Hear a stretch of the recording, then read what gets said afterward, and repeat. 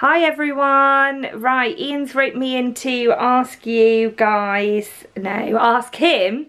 what you guys wanted to ask him. So I'm going to go through it. Ian hasn't read these questions, so he's completely unprepared, which is great because we'll get true life answers. So the first one is Richard Jackson. This is quite a long question, Ian, okay? So can you pay attention with this? Yeah. Where does the inspiration for Lucas come from?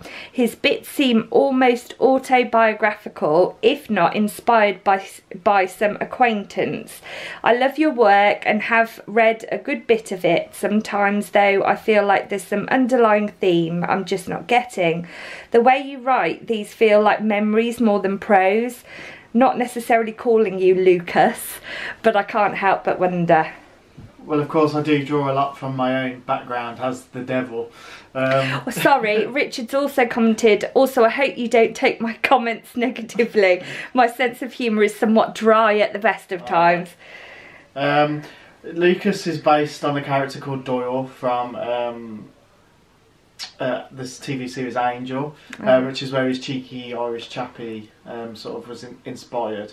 Along with the film Legion, which has a twist on the normal angel and demons type of thing. So it came from wanting to write a sort of a cheeky, chappy, demon with a heart of gold type character based on Doyle, and it was also inspired by the film Legion. So is it autobiographical? No. Harry in The Final Winter was more autobiographical than Lucas was. Alright, and next question is Kathy Thompson, that Susan Yole has actually already responded to for you. Kathy says, have you ever thought of writing crime or mystery, going for a little break from horror? Susan has put, he has them. I wrote the Sarah Stone books, and the reason I don't concentrate on those more is they just don't sell as well, which to me shows me that my audience prefer horror, so that's what I focus on. Would be great to write some more Sarah Stones at some point, but obviously because I rely on books to sell units and make me money, I have to kind of make decisions based on that, and as they don't sell as well, it means I have to really work hard to fit them into a schedule without sacrificing too much financially. Cool, okay, and next question is Nicola Fox. This is a good one.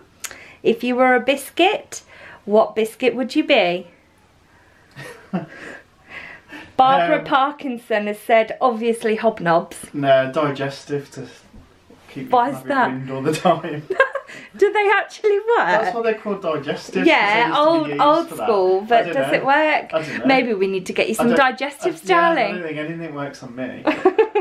Right, Michelle Jones. Oh, Michelle's just thanking you for her book. It arrived safe and sound from the last competition. Right, Simon Longman. So my question is, have you ever felt the urge to write a longer, more epic story? Again, yes, and it comes down to finances. If I take 2 years to write a really long epic saga, I'm not having any new releases in that 2-year period, which means because of the way Amazon's algorithms are and things, I'd fall out of the charts and my books would sell more, they'd be less visible. We could do a fundraiser then. A fundraiser to keep Ian going for 2 years. It would be difficult, but I really, really want to start writing some epic fantasy, like Game of Thrones type things. That'd be the only thing putting me off at the moment is I need to be able to financially kind of almost take a break, so I need to get in a position where I can afford not to be raking money in constantly for a long period while I write something much longer. Amazon, just the way it works with visibility and advertising to your fans, it favours shorter work at the moment, which unfortunately I'm a prisoner to. I have to kind of go with the flow. Okay. Will Thomas, did the films 28 Days Later and 28 Weeks Later inspire you for some of your horror novels? Well, the zombie genre as a whole inspired sort of Ravage and Savage and Seasick and 2389. I always love to read horror books. I used to love to read zombie horror novels. Before I was a writer, I was reading Brian Keane and Max Brooks and things, and I was Dawn of the Dead's one of my favourite films, the new and the old one. So I was mad on zombies anyway, and I always wanted to write my own zombie books.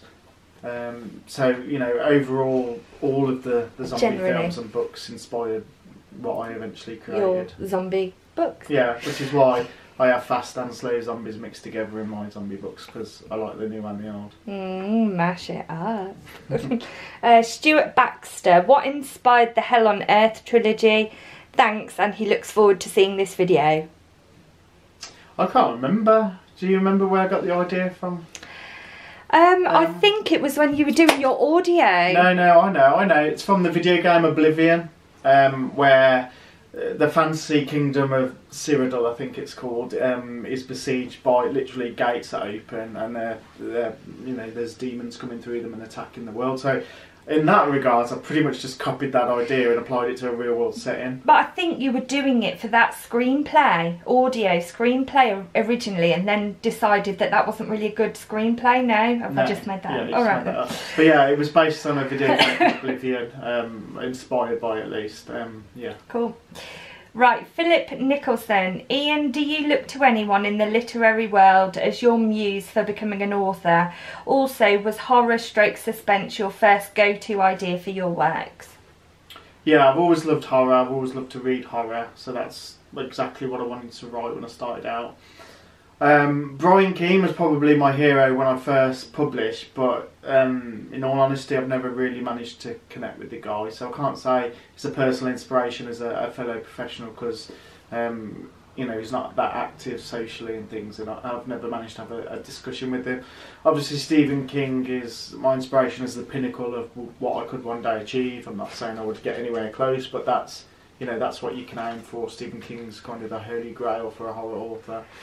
And then, I don't know, there's so many horror writers I love. Richard Lehman was underappreciated, so I really, really love his work. I think J.A. Conrath actually inspired you to be more accessible. Yeah, J.A. Conrath definitely sort of inspired me to be the kind of the self-motivated indie author that I am, rather than go another route. So he definitely inspired the direction of my career early on. Mark Dawson?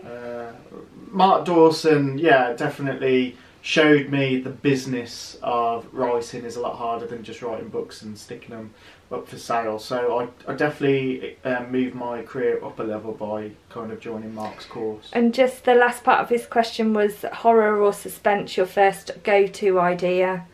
Horror. I prefer, because you enjoy it. I like supernatural and setting up rules and fantasy situations. Okay, Jamie Bryers. I'm sorry if I pronounce anybody's name wrong.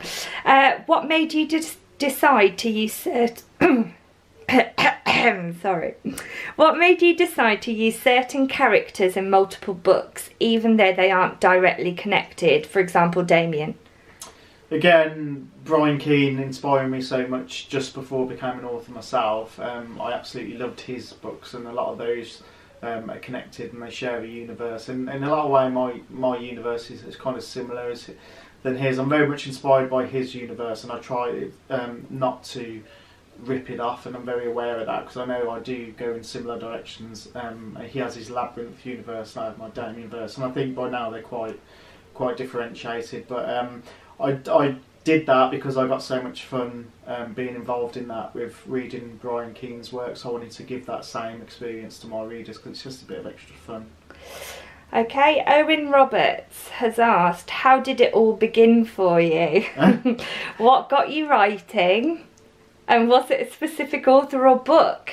Darling, explain the full truth as to how you became a writer. I've always enjoyed writing, and since a kid I've always kind of written stories, which are obviously no good, but I always enjoyed the process of writing and having a blank page and handwriting on it and things. I wanted to be an author. I didn't think it would ever happen, but it was my pipe dream. But what I was actually doing was selling phones. Sometimes I was in management, sometimes I was just a salesman. But all the time I was miserable. And when I met Sally, I'd just left one phone company and I was joining another, and they just treated me like dirt, and it was a very unethical industry where, you know, it was very much about screwing over customers and things, and it just made me really deeply unhappy. I'd been writing The Final Winter in my spare time as a hobby, like an hour or two at night. Obviously it took like a year because it's, you know, it takes a while when you're doing it part-time. But yeah, essentially I'd had enough selling phones. I flipped the table, told my manager to F off, walked out, didn't have any other job to go to. I was just done. Got home. Sal, were you out of the country? On a business Sal trip. was on a business trip out of the country. In Italy. So I called her and said, I don't have a job anymore. She's like, what? So I basically said, look, I've written this book, The Final Winter, it's finished, I'm going to get it published, I promise, just give me 6 months, support me for 6 months, and if I don't get it published by then I'll go back to, you know, some sort of job that I hate.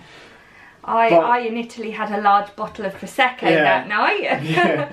And your brother had a sore bum. Yeah. I don't know why. Chafing, because we were around the exhibition. Anyway, that's... But anyway, Sal's gave me 6 months to make as much money each month from Final Winter compared to what I was earning selling phones, and within 6 months it was earning more. So that was the last time I ever had to work for anybody else. And I was very proud of you. Yeah. I published my first novel online after researching, you know, how to publish, and KDP came up, J.A. Conrath came up, and yeah, I put it up online, and it went as well as it could have done. I was really lucky. It was like winning the lottery. Great. Okay, so Sarah Skelton, Seasick is one of my favourites. What would be your dream holiday? Disney all the way. I just love Disney World. I'd live there if I could. Just love it. Well, can I just tell everybody that when we watched Shamu at SeaWorld, I looked at you at the end and you had tears coming down your face, and you just said to me, "It's so beautiful." And then Blackfish came out. All and then that made us feel horrendous. No, I love Disney. My office is all covered in Disney and caricatures and things, and it's... Yeah, not horror toys and stuff, it's Disney for me. I know, yeah, it is actually. Okay, so Robert Wood, and this is going to be hard for you to concise this to one, but Robert Wood has said, what is the one, and I'm going to limit you to one tip that you would give novice writers? One. Write, because the more you write, the better you come. It's like anything else. You play the piano for hours and then you get better at playing the piano. You write, you become a better writer. So that's the fundamental of being an author, is write. Cool. Right, Anita Smith, why horror? What is it about this genre? I think it's a genre of hope, which I don't think everyone understands. You know, horror gets a bad name sometimes by the press. If it's, you know, if there's been an atrocity, they try and blame horror films and music and things. But it's actually a genre that's about hope. It's about overcoming evil. It's about you know, the final girl, you know, standing up to this insurmountable monster and coming out on top. So horror is all about having a bunch of characters faced with insurmountable odds and overcoming them. And I think as a person that dealt with depression a lot as a teenager and sort of other emotional problems, I latched onto horror because it always showed me that you could get past the monsters. Even if they, you know, they take so much from you, you could get to the other side and be victorious and sort of a stronger person at the end of it. And you know, I always got that from horror as a genre, that it's very much about hope. That's mad. Like, I like doing things like this with you because I learn stuff, but I'd never thought of horror that way. But cool. Anyway, Ronald McCauley, I'm not sure. Right, what frightens you? Spiders. Okay. Spiders. Losing you if I have nightmares. It's about you leaving me, because my whole life is built around, you know, my kids and my wife and my home and my career. And I think for me the most frightening thing is something happening that would eradicate that. So obviously you being in an accident or something. Yeah. That's, as an adult, you know, with responsibilities, that's the thing that scares me. Rather than a phobia of something. Phobias, you know, anything else. I don't like looking over a big balcony high up. I don't like spiders. I don't like, Clowns. But yeah, you generally don't like, you know what I'm like around wasps. I'm pretty calm. There's nothing that actually like frightens you like that. No, and there's some days when I'll pick up a spider. I know. Like sometimes they bother me, other times I don't. Okay, Julie Castle-Smith, why do ghosts wear clothes? Well, because they'd be perverts otherwise, and just because they're dead doesn't mean they want to get their knobs out and wave them about in people's faces. Okay. Like, they're just dead people. If I was a ghost, I'd wear clothes. Well, you can't just go around not wearing clothes, can you? Like, why is being naked any less embarrassing as a ghost than it is being alive? I don't want people to see my I don't know, do ghosts have hair in certain areas? Why wouldn't they? I don't know, I've never seen a ghost though with hair like that. Why? So a ghost is exactly the same, but just... No pubic. Yeah. I don't know, anyway, right. So, the next question is from somebody who goes to Slimming World with your wife, Deb Fellows. So, how many hash browns does Sally eat in one sitting? Do you think my books are scary? You don't want to be in the passenger seat of a car or sales at McDonald's. Oh, they're amazing. The guy, oh no, what are you going to say? The other week, the guy leant out of the window to give us our food, and he went, "There's your 7 hash browns," in a really shitty, like... we were on holiday. Yeah, I know. Okay, right, moving on. Kathy Tadder, she's just put 42, and you've put thanks for all the fish. Yeah, we'll leave it at that. Okay. There's no. My wife isn't a nerd like me. She don't get it. Craig Shapcott, for someone who hasn't read any of your books yet, but has them on their list, what do I start with?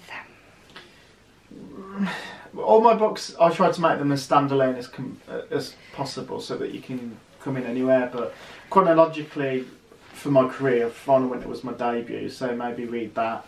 But a lot of people like to start with The Gates just because it begins a true series that I haven't really done anywhere else. It's 3 books about to be 4, and it does follow a continuous storyline. So, and thanks for trying my work as well. If you haven't yet, so I hope you enjoy it.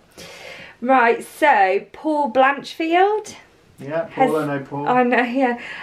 He said, if you could turn one of your novels into a movie, which novel would you choose? It'd be The Gates again because it's the most epic, and I'd love to, see all the action and all the different characters. It's also the least likely for that reason because it would cost a bomb to make, and as a indie author, if somebody like Netflix did take a chance on one of my books, it would probably be something a lot more self-contained and smaller. Like The Final Winter would be ideal.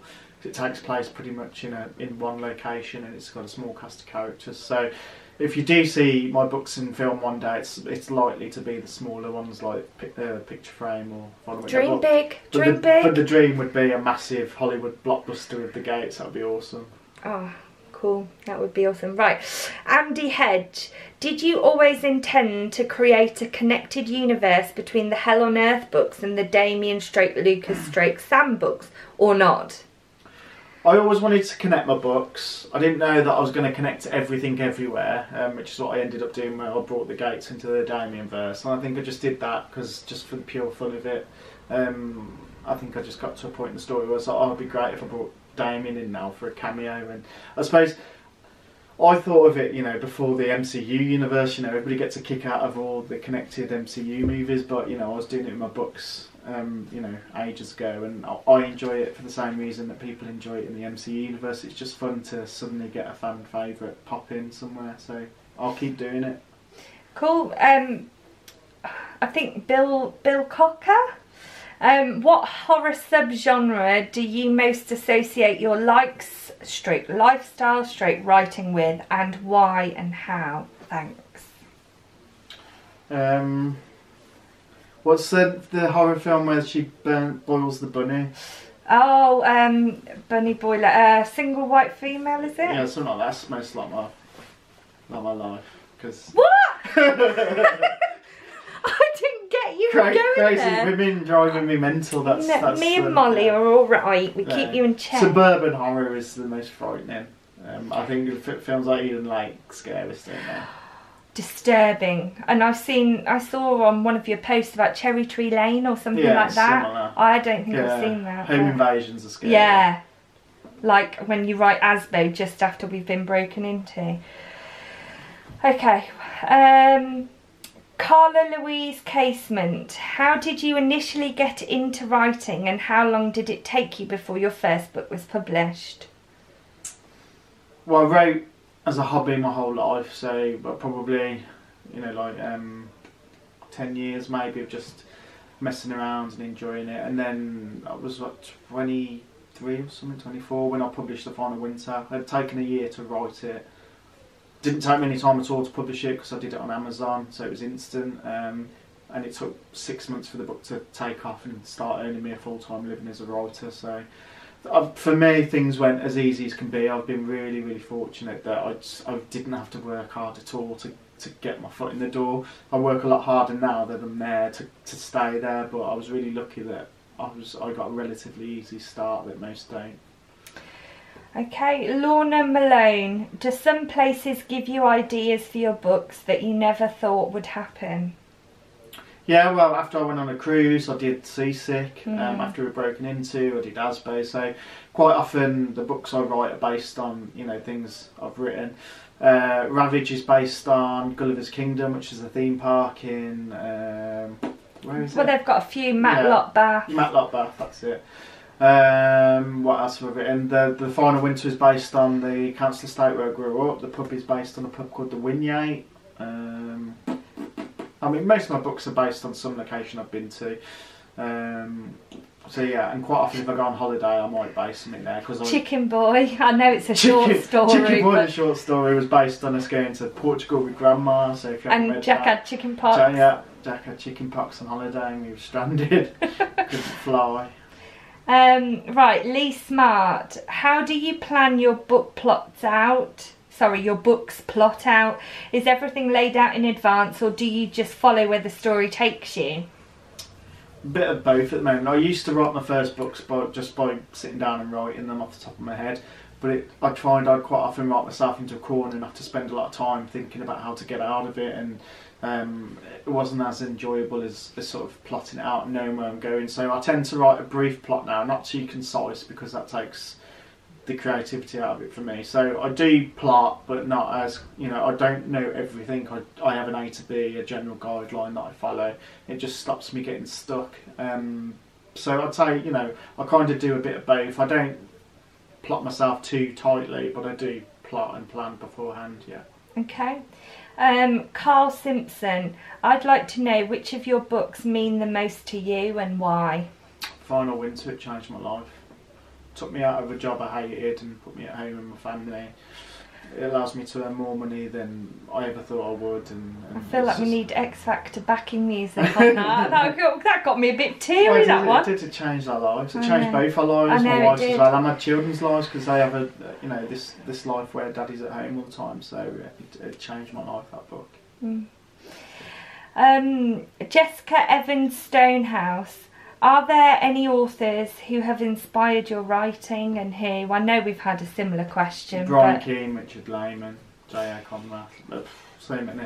Yeah. Every author you read influences you in some way. Well, I think, but am I wrong in saying that your latest influences, you're actually reading like Rome books and stuff? Clay McCullough, George R.R. Martin. I'm quite into historical fiction at the moment. And I think that Pen Follett's Pillars of the Earth. When you started writing The Gates, that was when you'd started reading sort of these epic Roman things, wasn't it? Brandon Sanderson and yeah. So many authors. Paul Cruz, who did you read when you were younger? That's a cool name. Goosebumps and then Point Horror. So I picked up horrors at an early age. That's, you know, all I've really read, really. The only other sort of genre that I was really into as a kid is Terry Pratchett. Which comics? Again, Beanos and Dandies. The first things I read, were comics. Obviously when I was very young and I needed the pictures then, and then I moved on to sort of prose. But yeah, I started with Beano and Dandy, and Wizard Chips I think was my favourite. Maybe we should get Jack from comics. Yeah. Anyway, Andrew Gregory, red or brown sauce